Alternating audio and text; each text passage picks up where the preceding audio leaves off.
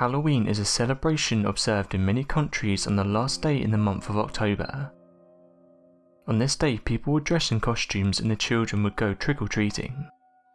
So today we'll be taking a look at 5 things you may not know about Halloween.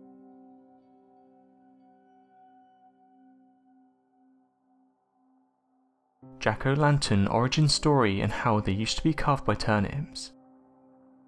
The story of Jackolantern went as far back as 1663, and was originally about a man with a lantern called Jack that originated from Irish folktale. About a decade later, carving turnips and potatoes with an ember in them to chase evil spirits became a practice.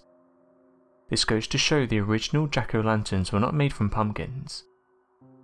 When the Irish people migrated to America, they brought their tradition along with them, and eventually it became a significant part of the Halloween festival.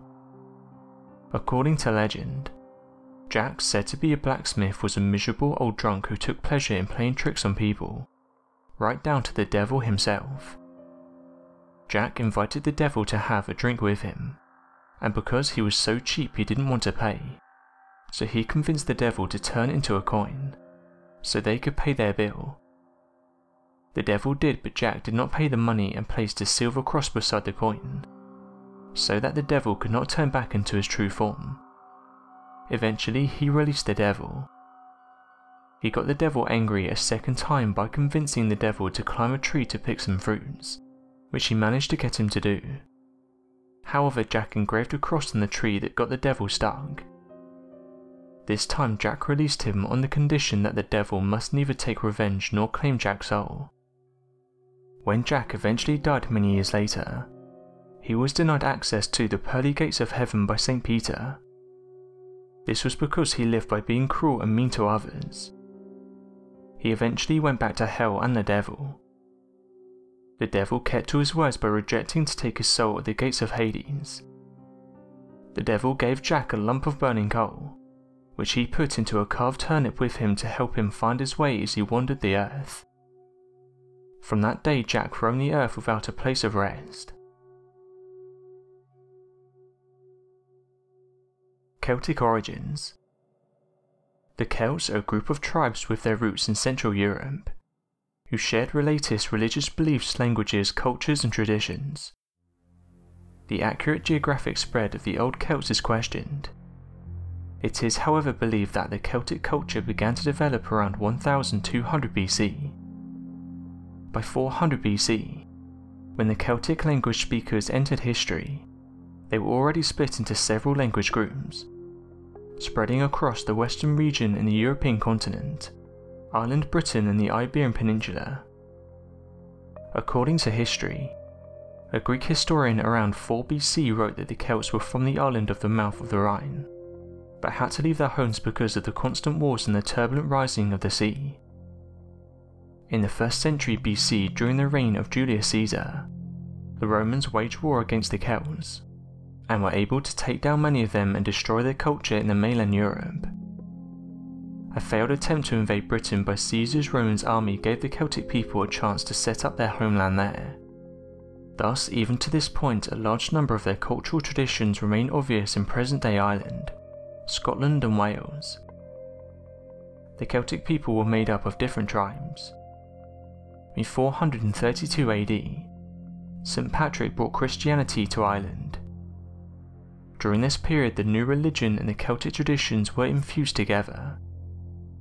According to historians, the massive annihilation of Druids made the Catholic religion take over as the main religion on the island. To show that traces of Celtic culture remain in Christianity, the Shamrock Islands' national identity represents the Holy Trinity of Christian belief, the Father, Son and the Holy Spirit. In Scotland, a minority still speaks the Celtic language.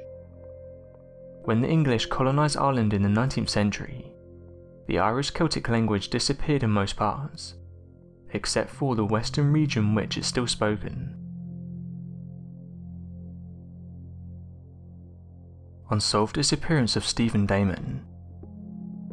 On the 31st of October 1955, Steven Damon, a 2-year-old boy at East Meadow, Long Island, New York, went missing. He was last seen at a supermarket his mother took him to and his 7-year-old sister that is a block and a half away from their home.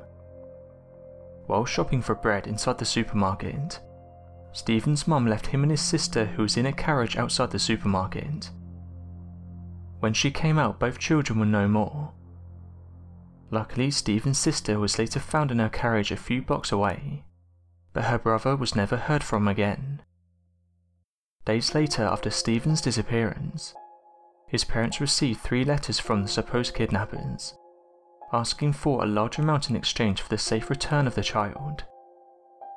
The first demand was a sum of $3,000, then $10,000, then $14,000. Steven's parents tried paying the ransom, but it turns out the creator of the letters was an opportunist who was studying at the Queen's College in New York, and had nothing to do with the disappearance of the 2-year-old. In 1957, people suggested that Steven might have been the boy in the box, or America's unknown child, a boy who had a similar resemblance to Steven, but was found in a cardboard box in Philadelphia. Both of them were blonde, had the same eye colour and also the same scars, but a healed arm fracture Steven had was missing on the boy. Also, their footprints did not match. To make sure Steven was not the boy, a DNA test was carried out between the unidentified boy from Philadelphia and Steven's sister in 2003. The results showed that the boy in the box and Steven were not the same. The case got extra media consideration in 2009, when a Michigan man guaranteed he was Steven. However, DNA tests suggested this was not the case. Did Steven wander off, or was he kidnapped by someone to be raised as their child? Steven's case remains unsolved by the police, as there is very little evidence to indicate his fate. Poison candy. As popular as costumes and trick-or-treating, myths about poisonous candy given to unsuspecting children has been spread to caution parents. The legend has it that hostile strangers try to harm kids every year, particularly on the 31st of October, the day of Halloween. They do this by hiding sharp objects or poisons in candies to random trick-or-treaters. Though there are media speculations whenever a child passes away on Halloween, there is still no proven correlation with strangers causing harm to children when they eat the candies given to them by strangers.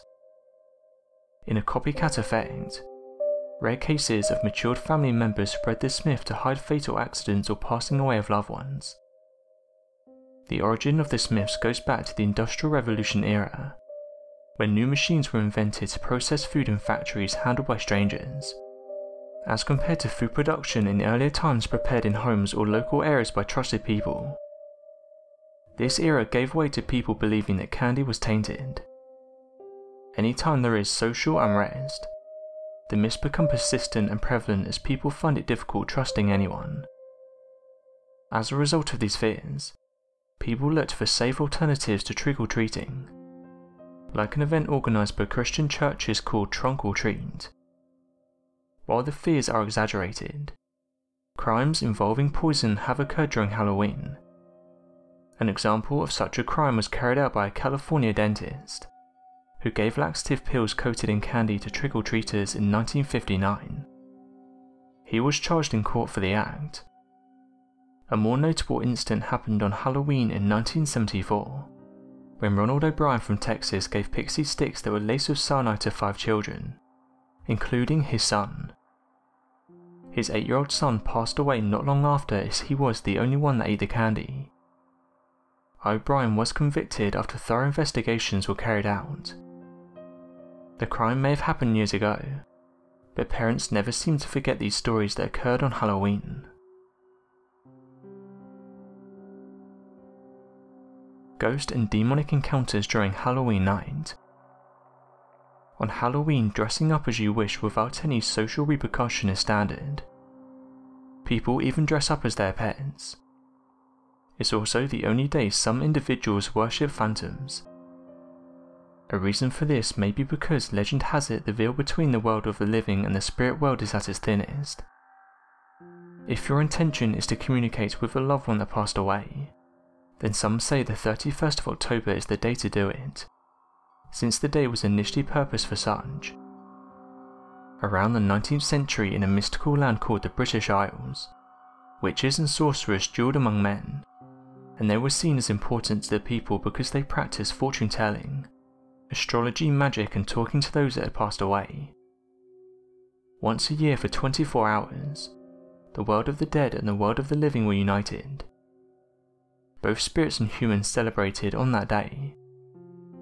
On Halloween Eve, the Celts would dress as spirits since they believed they would mix with the spirits that passed through the shroud during the night. In recent years, people have tried communicating with ghosts and demons using the Ouija board. The Ouija board, which is also known as the spirit board, is a level board marked with the letters of the alphabet, the numbers 0 to 9, the words yes or no, goodbye, and occasionally hello. Its motivation is to address an inquiry by welcoming spirits to address the individuals utilizing the board. There's no assurance that anything will occur by any stretch of the imagination, but on the other hand, there's no real way of controlling what does happen. It's become a divining tool the world over. Demonic beings known as Zozo are said to be connected with the Ouija board. If you're untrained, it's best you do not try to invite what you cannot control. So what do you think of these Halloween tales? Be sure to let us know your thoughts in the comment section below, and help us by growing this community while working to solve these unexplained mysteries. Thank you for watching, and don't forget to subscribe for more videos.